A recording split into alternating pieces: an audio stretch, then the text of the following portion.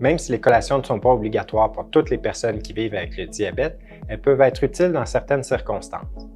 Elles permettent notamment de diminuer les hypoglycémies. C'est le cas de la collation du soir qui permet de réduire les risques d'hypoglycémie nocturne. La prise de collation peut aider à éviter les excès alimentaires. Une collation vient diminuer l'appétit lorsque 2 repas sont très espacés dans le temps.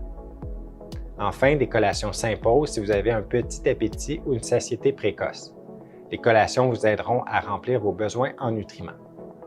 Il est important de peser le pour et le contre avant d'ajouter des collations à votre menu. L'ajout inapproprié de collations peut mener à un gain de poids et à des hyperglycémies, c'est-à-dire quand le taux de sucre monte au-delà des cibles visées. Une diététiste nutritionniste peut vous aider à prendre une décision éclairée selon votre situation personnelle. Une collation devrait contenir autour de 15 g de glucides et une source de protéines. Les féculents et les fruits peuvent amener la source de glucides, alors que les noix et les graines et les produits laitiers peuvent être votre source de protéines. Vous pouvez vous inspirer des exemples qui suivent pour composer une collation.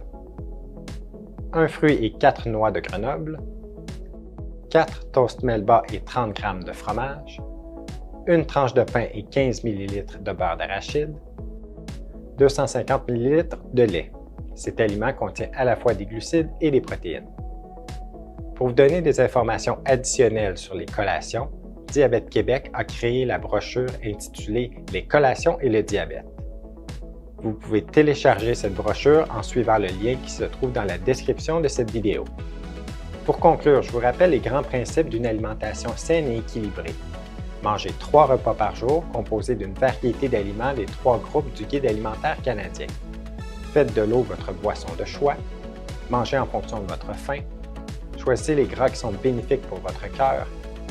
Optez pour les aliments qui sont riches en fibres et cuisinez à partir d'ingrédients de base peu transformés. La gestion de la consommation des glucides est un élément clé dans le contrôle du diabète. Pour y arriver, je vous encourage à suivre les principes qui suivent. Mangez 3 repas par jour et des collations si nécessaire. Espacez vos repas de 4 à 6 heures. Mangez à des heures régulières. Essayez de manger la même quantité de glucides d'un repas à l'autre et d'une journée à l'autre. Enfin, optez pour les aliments glucidiques les plus sains. Ce cours sur vidéo vous a donné un aperçu de l'alimentation de la personne diabétique. Vous le constatez, c'est bien plus que de couper les sucres. Pour aller plus loin et pour obtenir des conseils personnalisés, je vous encourage à rencontrer une nutritionniste diététiste qui pourra vous guider.